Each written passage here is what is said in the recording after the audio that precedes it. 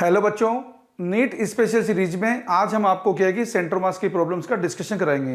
ये लेक्चर बड़ा इंपॉर्टेंट है। नीट 24 के लिए क्या है कि इसमें से एक क्वेश्चन आने की प्रोबेबिलिटी रहेगी। बच्चों क्या है कि जब हम बात करते हैं कोलिजन थ्योरी की, कोलिजन क्या है कि इलास्टिक कोलिजन भी होती है, कोलिजन इन इलास्टिक कोलिजन भी होती है। कोलिजन कोई से भी टाइप की हो, चाहे इलास्टिक हो चाहे इन इलास्टिक कोलिजन हो, दोनों ही कोलिजन के अंदर क्या है कि सिस्टम का मोमेंटम हमेशा कंजर्व होता है। टोटल एनर्जी दोनों ही कोलिजन में कंजर्व होती है।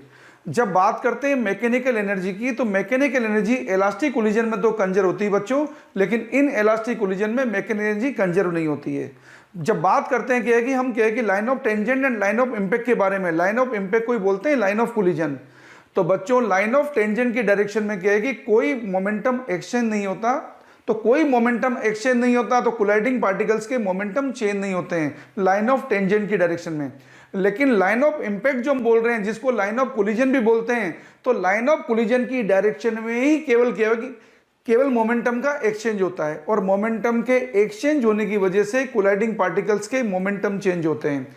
ये बात इंपॉर्टेंट है, बड़े ध्यान से सुनना कि जब भी क्या है कि कोलिजन होती है तो क्या है कि कोलाइडिंग पार्टिकल्स जो हैं उनके इंडिविजुअल पार्टिकल्स के मोमेंटम चेंज हो सकते हैं, वो भी केवल किधर, only along line of impact. लेकिन सिस्टम का मोमेंटम कभी भी चेंज नहीं होता है, ये बात अच्छी तरह याद रखना।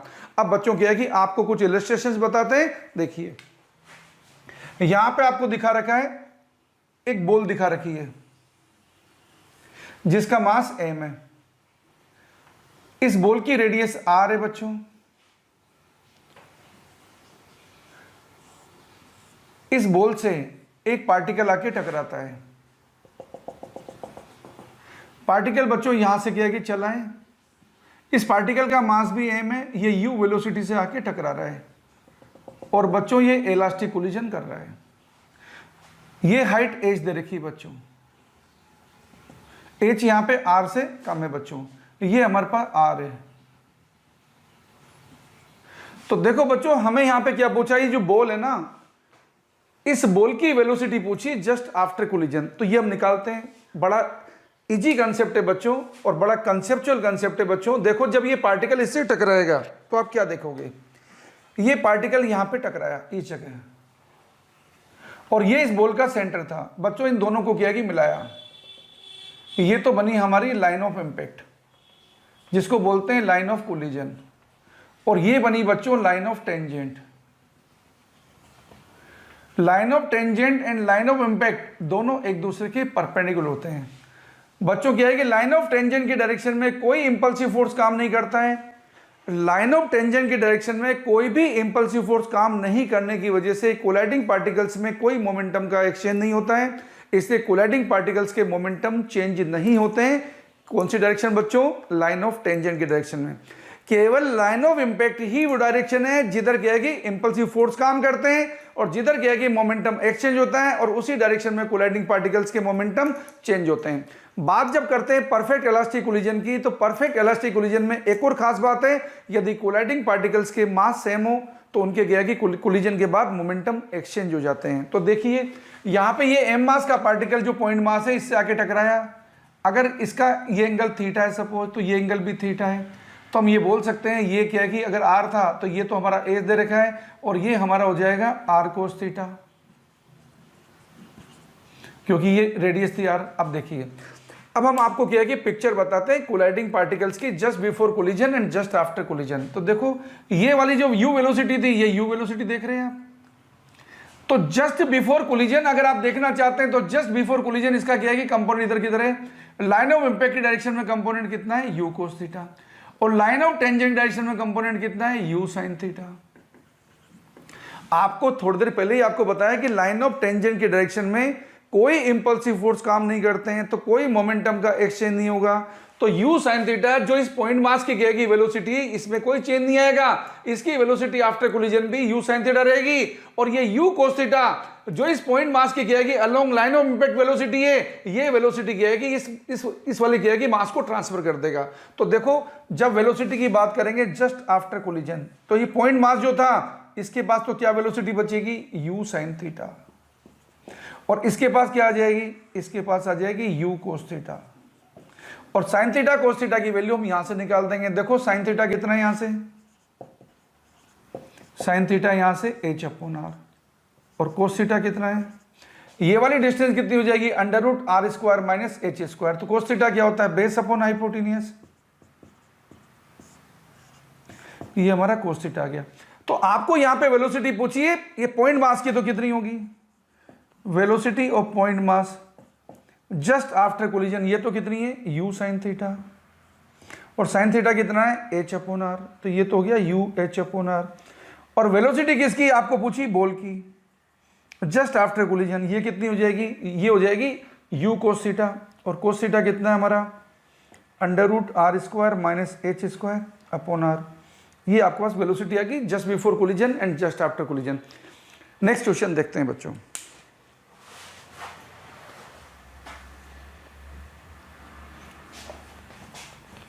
नेक्स्ट क्वेश्चन आपको बता रहे हैं, यहां पे क्या है कि इलास्टिक कोलिजन के क्या है कि कुछ इंपॉर्टेंट रिजल्ट्स भी देख लीजिए, फिर अपन क्या है कि क्वेश्चन के बारे में बात करेंगे। जब बात करते हैं इलास्टिक कोलिजन की, तो देखो ये इंपॉर्टेंट रिजल्ट है जिनको आपको क्या है कि नीट में ध्यान रखना है। अगर यहां पे क्या है कि दो पार्टिकल हैं जिनके मास सेम है, ये यदि u वेलोसिटी चल रहा है, हेड ऑन कोलिजन करता है, ये रेस्ट में है, तो जस्ट आफ्टर कोलिजन इसकी वेलोसिटी हो जाएगी 0 और इसकी वेलोसिटी इसको ट्रांसफर हो जाएगी, मींस मोमेंटम एक्सचेंज हो जाएंगे। ये हमारा फर्स्ट रिजल्ट है। सेकंड रिजल्ट देखिए, अगर ये m मास का पार्टिकल है, ये u वेलोसिटी से जा रहा है, ये दूसरा m मास का पार्टिकल है, ये u वेलोसिटी से जा रहा है, तो जस्ट आफ्टर कोलिजन इनके मोमेंटम एक्सचेंज हो जाएंगे। ये m मास का पार्टिकल इधर आ जाएगा और ये दूसरे m मास का पार्टिकल उधर चला जाएगा u वेलोसिटी से, इनके मोमेंटम एक्सचेंज हो जाएंगे। तीसरा रिजल्ट देखिए, यदि ये पहला पार्टिकल m1 है, दूसरा पार्टिकल m2 है, पहला पार्टिकल u1 से चल रहा है और दूसरा पार्टिकल रुका हुआ है, और मान लिया m1 m2 से क्या है कि बहुत बड़ा है, मीन्स क्या है कि एक ट्रेन मान लीजिए एक साइकिल से जाके टकरा रही है। एक ट्रेन अगर साइकिल से टकरा रही है, कोलिजन अगर इलास्टिक है, तो यहां पे क्या होगा, यहां पे ये होगा कि ट्रेन जो है इसकी वेलोसिटी में तो कोई चेंज नहीं आएगा, ट्रेन की वेलोसिटी तो क्या बनी रहेगी, u1, और साइकिल की वेलोसिटी कितनी हो जाएगी, ऑलमोस्ट डबल, कितनी हो जाएगी, ऑलमोस्ट डबल, कितनी हो जाएगी, 2u1 आ जाएगी। अब बात करते हैं चौथे रिजल्ट की, ये आपको अप्रोक्सीमेट रिजल्ट बताया है।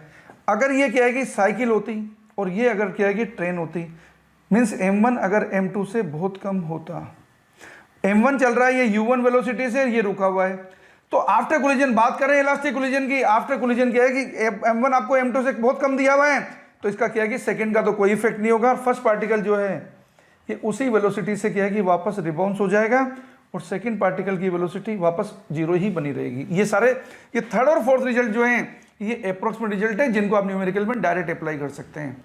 तो देखिए अब आपको क्या है कि कुछ क्वेश्चंस वापस क्या है कि लेके चलते हैं कोलिजन थ्योरी की। अगर कोलिजन इनइलास्टिक होगी तो याद रखिए उसमें कोफिशिएंट ऑफ रेस्टिट्यूशन जो क्या होता है, relative velocity of separation divide by relative velocity approach.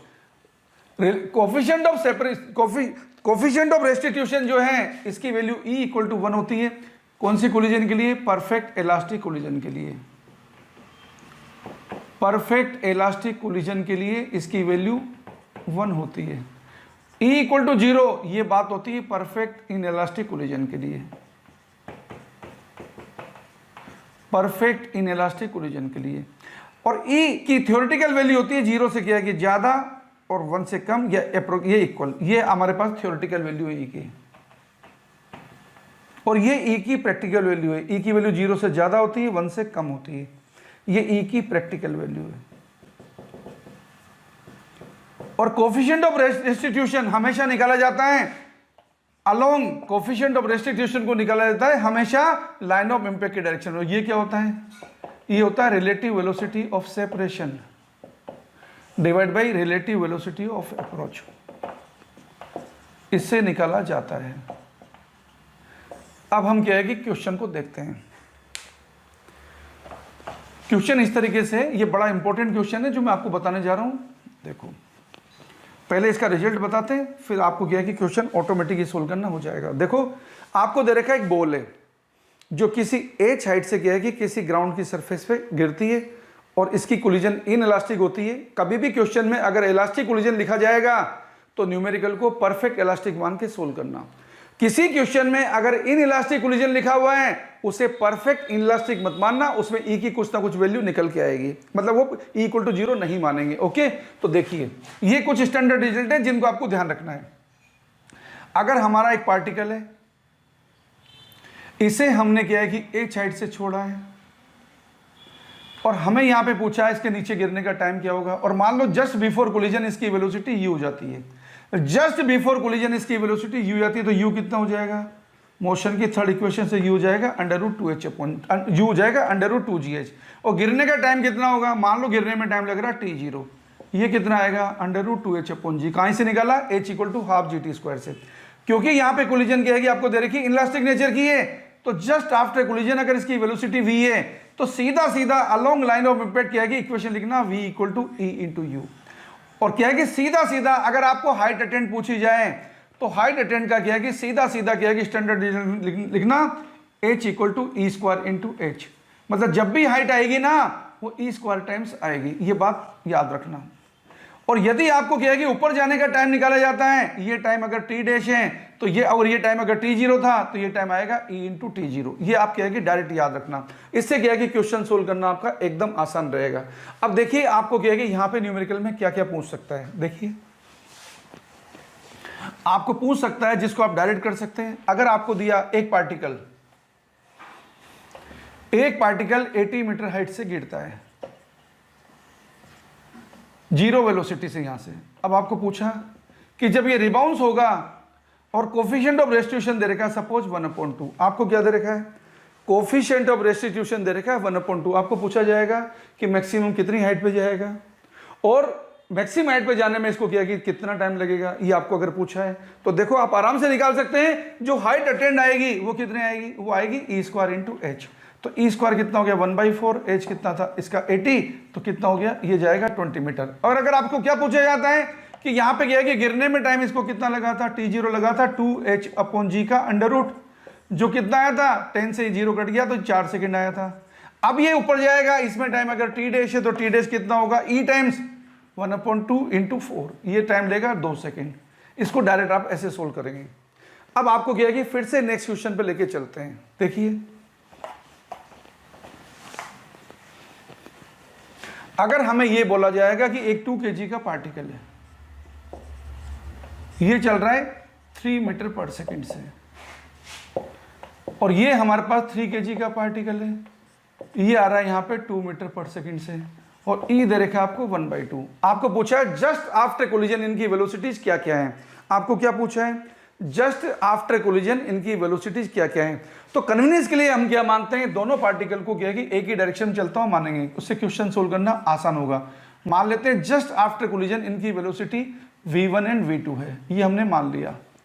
सबसे पहले इक्वेशन लगाएंगे मोमेंटम कंजर्वेशन, डायरेक्शन का ध्यान रखेंगे, तो मोमेंटम कंजर्वेशन क्या लगेगा, 2 into 3 plus 3 into -2 equal to 2 into v1 plus 3 into v2, जिसको सिंप्लीफाई करा तो ये आएगा 6, ये आएगा -6 इक्वल टू कितना आ गया, इक्वल टू आ गया 2v1 प्लस 3v2। तो हमारी पहली इक्वेशन हो गई 2v1 plus 3v2 equal to आ गई 0, ये पहली इक्वेशन आ गई। दूसरी इक्वेशन बनाएंगे कोफिशिएंट ऑफ रेस्टिट्यूशन की, वो क्या बनेगी, e जो हमें दे रखा है 1/2 equal to v2 minus v1 divide by u1 minus u2, direction साथ लिखेंगे, 3 इधर है और 2 इधर है, इसको क्या है कि v2 minus v1 upon u1 minus u2 करेंगे, u2 को अब -2 लिखेंगे, तो कितना हो गया v2 minus v1 divide by 3 -2, plus हो जाएगा। तो आपकी इक्वेशन क्या बनी है, आपकी इक्वेशन बनी है -v1 plus v2 equal to क्या बन गया 5/2, ये आपकी इक्वेशन हो गई, इक्वेशन नंबर 2। अब आपको जो निकालना जो निकाल लीजिए, आपको v1 v2 पूछा है, इस इक्वेशन को 2 से मल्टीप्लाई कर दो, तो 2 से मल्टीप्लाई करोगे तो कितना हो गया -2v1 plus 2v2 equal to आ गया 5, इसको इक्वेशन नंबर 3 बोल दो। अब बच्चों इक्वेशन नंबर 1 एंड 3 इनको आप ऐड कर दीजिए, ऐड करेंगे 2v1 2v1 कट जाएगा, 3v2 एंड 2v2 कितना हो गया 5v2 इक्वल टू कितना हो गया, वो 0 था और ये 5 है तो ये 5 आ गया, तो v2 आ रहा है 1, v2 1 आ रहा है, प्लस आ रहा है, इसका मतलब डायरेक्शन जो मानी है वो सही है, v2 आ रहा है 1 मीटर पर सेकेंड।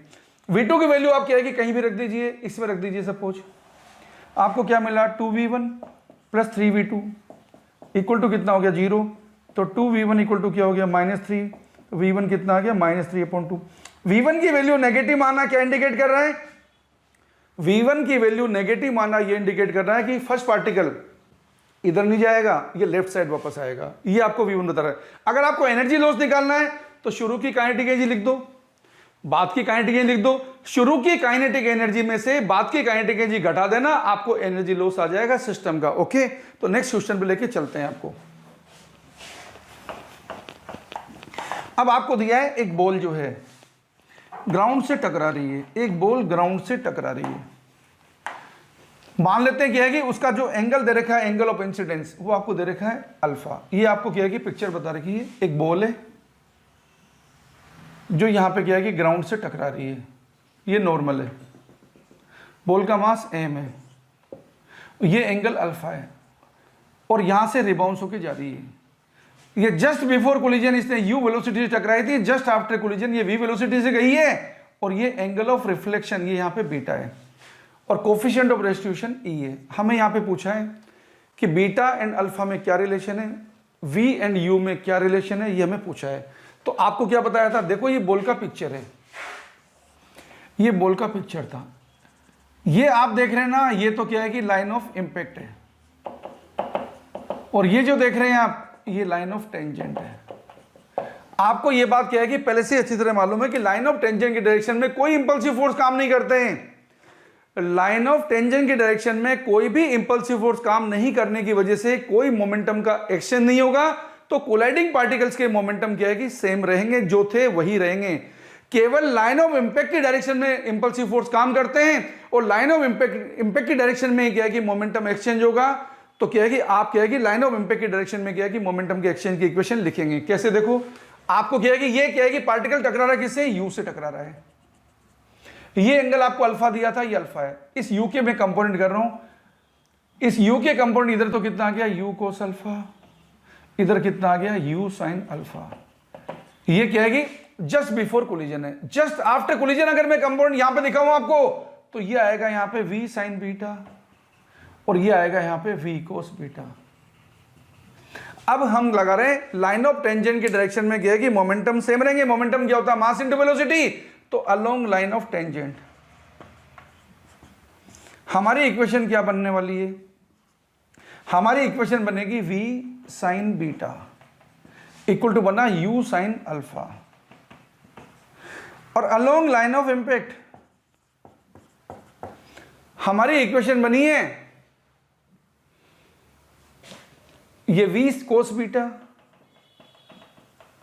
इक्वल टू बनेगा e times u cos alpha.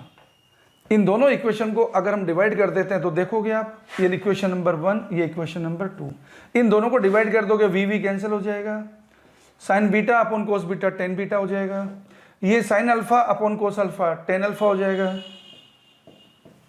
इस इक्वेशन को आप डायरेक्ट याद रखना, टेन बीटा इक्वल टू होता है टेन अल्फा अपॉन ई। और आपको मालूम है अगर ये कोलिजन इलास्टिक होती तो टेन बीटा इक्वल टू होता tan alpha, means beta equal to होता अल्फा। ये तो आपने किया कि बीटा और अल्फा में रिलेशन देख लिया, और आपको मालूम है कि अब आपको निकालना क्या है? v की वैल्यू निकालनी। तो इन दोनों इक्वेशन का स्क्वायर कर दो, सम कर दो, अंडर कर दो। Sine square beta plus cos square beta कितना होता है? 1। तो हमको क्या मिलेगा?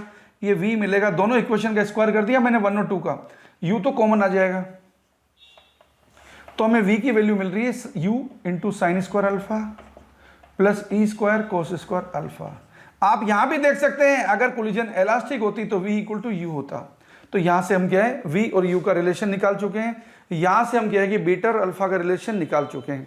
इस तरीके से क्या है हम सेंटर मास की क्या है कि कोलिजन की कोई प्रॉब्लम होगी तो आराम से हम क्या है कि सोल्व कर सकते हैं। और कोई अगर क्या है कि एंगल पे ऑब्लिक कोलिजन का क्वेश्चन आएगा तो आप क्या है कि एक्स डायरेक्शन में वाई डायरेक्शन में क्या है कि सेपरेटली मोमेंटम कंजर्व कर देना और क्वेश्चन सोल्व कर देना बच्चों। ओके बच्चों, तो हमारे चैनल जो यूट्यूब चैनल है बच्चों जिसका नाम है मेडिट्रेक कोटा, उससे जुड़े रखिए। और यदि क्या है कि आपको फर्दर और ज्यादा एलोबोरेट स्टडीज करनी है तो गूगल प्ले स्टोर से हमारा ऐप जो मेडिट्रेक के नाम से है बच्चों उसे डाउनलोड करिए। और यदि हमारे कोर्स को आपको ज्वाइन करना है तो हमारा ऑफलाइन सेंटर जो इंदिरा विहार कोटा में, वहां पे 1E29 तलवंडी पे, वहां पे आके आप विजिट कर सकते हैं। अभी हमने किया कि नीट 24 के लिए स्पेशल बैचेज चालू किए हुए हैं बच्चों। क्या है कि नीट का जो पेपर होता है फिजिक्स का, उसके बड़ा चैलेंजिंग पेपर होता है, बड़ा इंटरेस्टिंग है, बड़ा इजी है। अगर आप एक एक्सपीरियंस एक्सपर्ट टीचर के क्या है कि कॉन्टेक्ट में रहते हैं तो बच्चों क्या है कि आउट ऑफ 45 क्वेश्चन हर साल 30 से 35 क्वेश्चन तो ऐसे होते हैं जो बिल्कुल सेट जगह से आते हैं। अगर 35 क्वेश्चन बच्चों अगर आपको क्या है कि विद इन 1 मंथ अगर आप प्रिपेयर कर लेते हो उनको, तो आप सोचो आपके 140 मार्क्स तो पहले से सिक्योर हो गए। कहने का मीनिंग, अगर आप क्या है कि एक्सपर्ट टीचर के क्या है कि कॉन्टेक्ट में आते हो तो आप आराम से बहुत इजी वे में 160 प्लस जा सकते हो। थोड़ा ज्यादा एफर्ट करते हो तो बच्चों 2 महीने की क्या है कि 3 महीने की प्रिपरेशन में आप 170 प्लस स्कोर कर सकते हैं और क्या है कि एम्स जैसे ड्रीम्ड मेडिकल कॉलेज में आराम से सिलेक्शन पा सकते हैं, चाहे आपकी फिजिक्स की प्रिपरेशन बिल्कुल वीक भी क्यों ना चल रही हो। तो बच्चों अगर आपका टाइम है, अगर आप हमारी क्या है कि सेंटर की रीच में है बच्चों, तो आप क्या है कि हमारा ऑफलाइन क्या है कि कोर्स ज्वाइन कर सकते हैं। और यदि आप हमारे सेंटर से दूर हैं तो हमारी ऑनलाइन क्लासेस भी बच्चों, जिसे गूगल प्ले स्टोर से डाउनलोड करके आप क्या है कि उसे ज्वाइन कर सकते हैं बच्चों। थैंक यू बच्चों।